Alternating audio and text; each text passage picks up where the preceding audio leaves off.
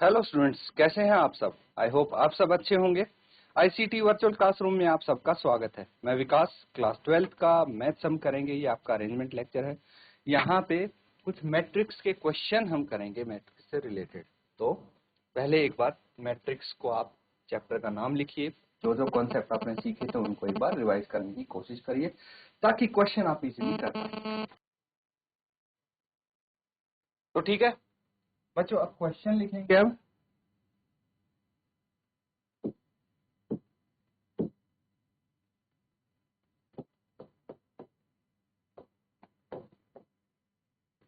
Find the value of x, y and z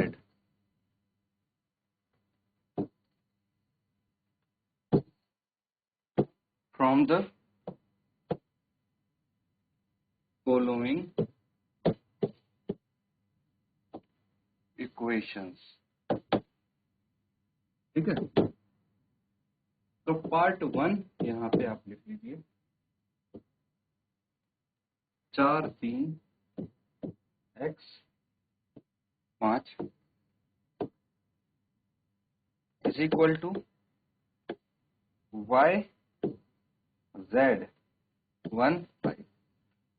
चलिए पहले एक पार्ट लिखते हैं हम और इसको सॉल्व करने की कोशिश करते हैं। यहाँ से x y z इन तीनों की वैल्यू आपको बतानी है। तो बच्चों एक चीज समझ लीजिए, यहाँ पे मैं लिख देता हूं as the given matrices are equal, their corresponding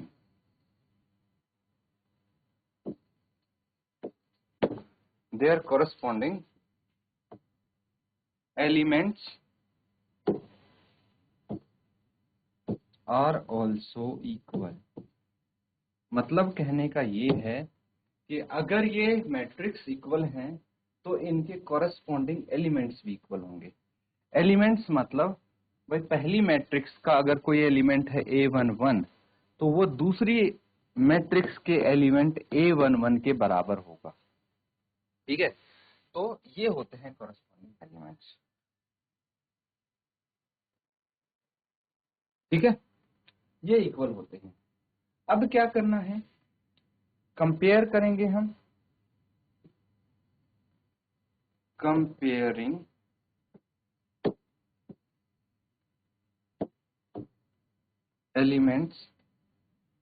elements को अगर हम कंपेयर करें तो देखिए, जो x है वो कौन सा एलिमेंट है। x है A21, है ना।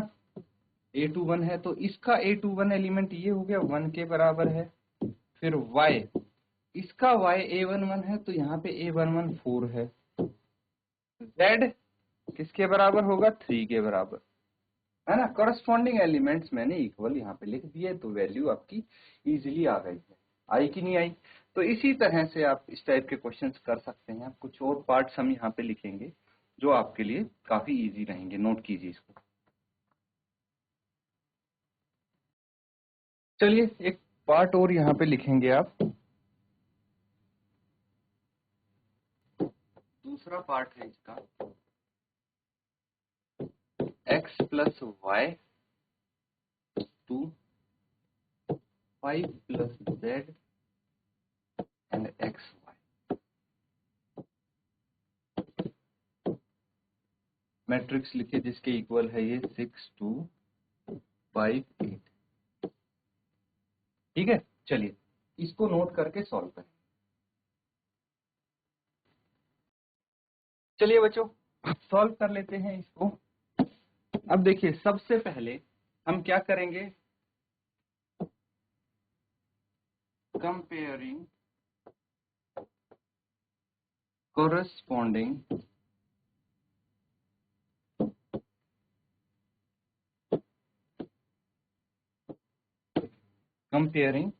corresponding elements of matrices। जो मैट्रिस है उनके कॉरस्पॉन्डिंग एलिमेंट्स को कंपेयर कर लेते हैं। तो यहाँ पे जैसे A11 है x प्लस वाई, इसके बराबर है, ये 6 के बराबर लिख देंगे। उसके बाद अगर हम बात करें एक्स वाई की, ये किसके बराबर है, 8 के बराबर है, ठीक है। एंड जो 5 प्लस जेड है वो 5 के बराबर है, तो z किसके बराबर हो जाएगा, 5 minus 5, that is z equal to 0। तो z 0 के बराबर यहाँ पे आ जाएगा। ये बात समझ गए। लेकिन हमें चाहिए x, y और z तीनों की वैल्यू। z की वैल्यू तो हमें पता लग गई, x, y की वैल्यू और चाहिए। तो हम यहाँ से एक चीज लिख सकते हैं, वी नो दैट अगर आपके पास a minus b whole square है तो इसको किसके बराबर लिख सकते हैं हम, इसको लिख सकते हैं बच्चों a प्लस बी का होल स्क्वायर माइनस 4ab। इसमें तो डाउट नहीं है, होना भी नहीं चाहिए बच्चों इसमें। देखिए क्योंकि इसमें डाउट बिल्कुल नहीं होना चाहिए। a स्क्वायर, इसको अगर ओपन करेंगे a स्क्वायर, कलर दूसरा ले लेते हैं हम, ये देखिए a minus b whole square क्या हो गया, स्क्वायर प्लस बी स्क्वायर, हुआ कि नहीं हुआ। अब राइट हैंड साइड देखिए, a square plus b square plus 2ab। अगर मैं माइनस 4ab इसमें से कर दूं तो क्या बच जाएगा, a square plus b square minus 2ab बच गया। ये दोनों बराबर हैं, यही चीज यहाँ पे लिखने की कोशिश की गई है। समझ में आ रहा है। तो अब इसकी अगर वैल्यूज लिखेंगे क्वेश्चन से, तो यहाँ पे देखिए ये क्या है, a माइनस बी की जगह अगर मैं लिखूंगा x माइनस वाई का whole square is equal to x plus Y का whole square minus 4xy। Replace कर दिया मैंने इनसे, क्योंकि मुझे x प्लस वाई की वैल्यू पता है। x माइनस वाई का whole square is equal to 6 का स्क्वायर माइनस 4 इंटू 8। कितना आ जाएगा ये, x माइनस वाई का whole square is equal to 36, 4 × 32। कितना आ गया, x माइनस वाई का whole square is equal to 4। बात यहीं पे खत्म नहीं हुई अभी। x माइनस वाई किसके बराबर आ जाएगा, प्लस माइनस 2 के बराबर आ जाएगा। क्या आ गया, प्लस माइनस 2 के बराबर आ जाएगा। अब सोचिए, हमें ये पता है कि x माइनस वाई है प्लस माइनस 2, यानी या तो x माइनस वाई प्लस 2 होगा या x माइनस वाई माइनस 2 होगा। और दूसरा क्या पता है हमें, x plus y is equal to 6, ये पता है। ठीक है, इन दोनों का यूज करके हम x और y की वैल्यू इजीली निकाल सकते हैं। चलिए यहां तक नोट कीजिए, फिर आगे करते। चलिए इसको हम सॉल्व कर लेते हैं आगे। देखिए if x minus y is equal to minus 2 and x plus y is equal to 2 है, तो इनको ऐड करके 2x इज इक्वल टू क्या आ जाएगा, ये 6 होगा बच्चों, है ना, यहाँ पे 6 होगा। तो ये कितना आ जाएगा, 4, तो x इज इक्वल टू 2 आ गया। ठीक है, और यहाँ पे y कितना आ जाएगा, y इज इक्वल टू किसी भी एक में वैल्यू रख देंगे x की, तो y इज इक्वल टू 4। ठीक है, तो ये दोनों वैल्यूज आ गई। अगर आपका x minus y is equal to minus 2 है, if x minus y is equal to 2, तो क्या होगा, एंड ये तो सेम रहेगा, x plus y is equal to 6, तो ऐड करेंगे इनको, ये कट जाएगा, 2x इज इक्वल टू 8, तो x इज इक्वल टू 4 आ गया। तो y कितना आ जाएगा, अगर x 4 है, 4 लिखेंगे इसमें। ठीक है, x इज इक्वल टू 4 है, तो y इज इक्वल टू कितना आ जाएगा, x की वैल्यू 4 रखेंगे, उधर जाएगा तो y इज इक्वल टू 2 आ जाएगा। तो यहाँ पे लिख देंगे कि अगर x आपका है तो y होगा 4 एंड z होगा 0, और x अगर आपके पास 4 है तो y 2 हो जाएगा एंड Z 0 हो जाएगा, ये वैल्यू नोट कर लेंगे। ठीक है बच्चों, अब देखिए क्वेश्चन और यहाँ पे हम करेंगे। क्वेश्चन आपको पता है क्या करना है, value of x y and z आपको बतानी है। ठीक है, तो चलिए इसका अगला पार्ट लिखेंगे। X plus y plus z, x plus z, y plus z, इसके बराबर आ जाएगा ये 9, 5, 7। क्लियर है? तो इसको सॉल्व करना है बच्चों हमें, बहुत सिंपल है। क्या करेंगे हम, देखिए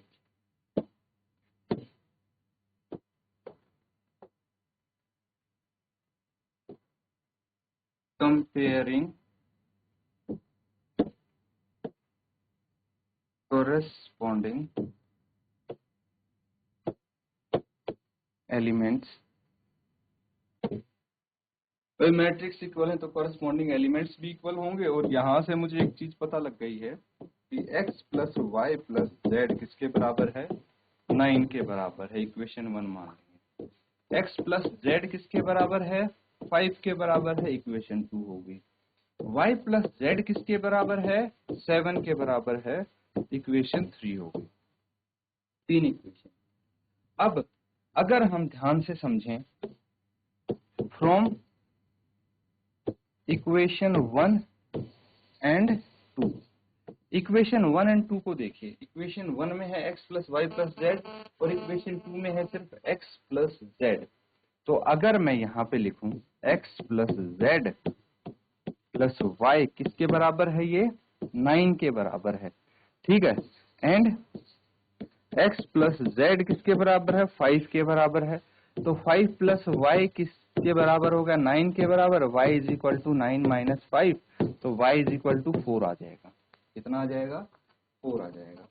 अब आगे देखिए, यहाँ पे आपके पास क्या बचा है, x plus z and y plus z बचा है। क्या बचा है, x plus z, y plus z. तो y की वैल्यू आ गई है। अगर मैं इक्वेशन 3 में y की वैल्यू पुट करूं तो आपके पास किसकी वैल्यू आ जाएगी, z की वैल्यू।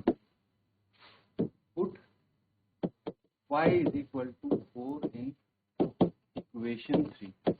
इक्वेशन 3 देखिए, अब y plus z is equal to 7 है। ठीक है, y plus z is equal to 7 है, y की वैल्यू 4 है। तो z is equal to 7 minus 4, z is equal to 3 आ गया। अब z की वैल्यू अगर है तो मैं z की वैल्यू इक्वेशन 2 में रख दूंगा। ठीक है, पुट